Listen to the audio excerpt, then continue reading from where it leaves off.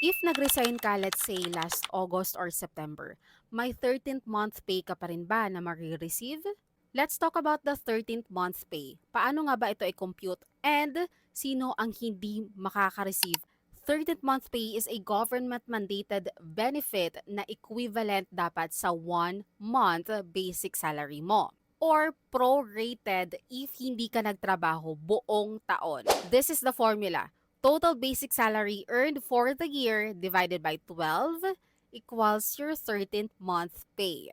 Ngayon, kung nag-resign ka mid-year, may makukuha ka pa ba?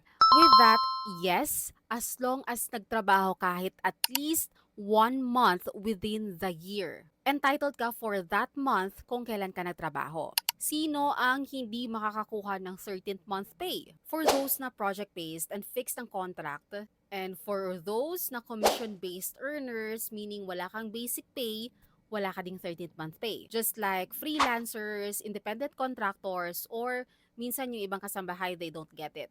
For example, ito, nag-resign ka ng August 31, but you worked from January to August. So, 8 months. Let's assume your monthly basic salary is 20,000. So, your total salary earned from January to August is 20,000 times 8. That's 160,000 pesos. Divided by 12. Ang makukuha mong 13th month pay is 13,333.33 pesos. Second example, nag-resign ka September 15. You worked for 8.5 months. But companies usually compute the monthly basis. So, ang 8 months pa rin ang pagbabasihan ng company policy nila.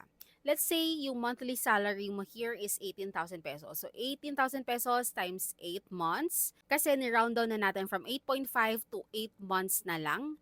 So, 18 times 8, that's 144,000 divided by 12, then 12,000 pesos ang makukuha mong 13th month pay.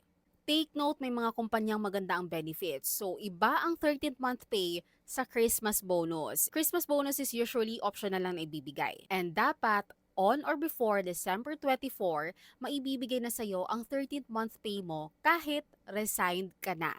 And always remember, tax-free ang benefit if it's less than or equal to 90,000 pesos per year. So, there you go. Share ko lang. So, always check your payslips or contracts para sure ka.